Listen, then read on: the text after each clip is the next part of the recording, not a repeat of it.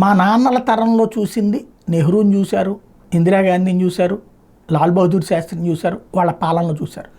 వాళ్ళ దాంట్లో ఇది గొప్పగా ఉండేది, ఇది బాగా ఉండేది అని చెప్పినటువంటివి ఉన్నాయి.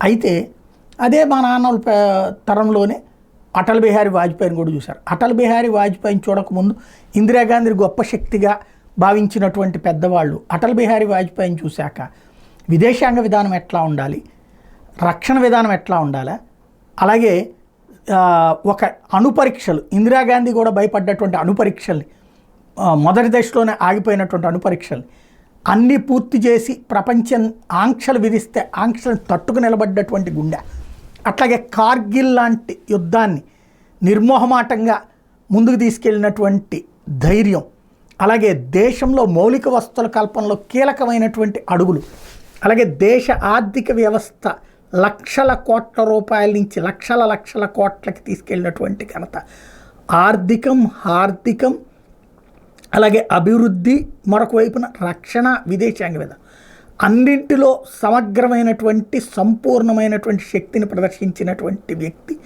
అటల్ బిహారీ వాజ్పేయి. ఆ తర్వాత ఆయన నీడలో చూసుకున్నప్పుడు మరొకరికి అది సాధ్యం కావటం లేదు. అది మన్మోహన్ సింగ్ వల్ల కావట్లేదు, ఇప్పుడు మళ్ళీ అది మోడీ చేయగలుగుతున్నాడు మరొక అడుగు ముందుకు వేసి.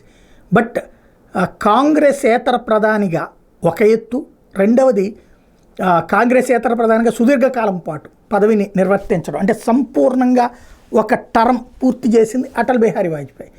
అలాగే 13 రోజుల పాలన, 13 నెలల పాలన, అట్లాగే సంపూర్ణంగా 5 సంవత్సరాలు కాకపోతే ఒక 6 నెలల ముందు ఎలక్షన్కి వెళ్లాల్సి వచ్చింది. బికాజ్ ఆఫ్ ఆ రోజున చంద్రబాబు నాయుడు గారి ముందస్తు ఎన్నికల వ్యూహం కారణంగా, ఆయనకి యాక్సిడెంట్ కారణంగా, లేకపోతే 5 ఏళ్ళు పూర్తి చేసినటువంటి వాడు అయి ఉండేవాడు. ఆ తర్వాత అంటే భారత రాజకీయ చరిత్రగతిని మార్చినటువంటి రికార్డు మాత్రం అటల్ బిహారీ వాజ్పేయి అవుతుంది.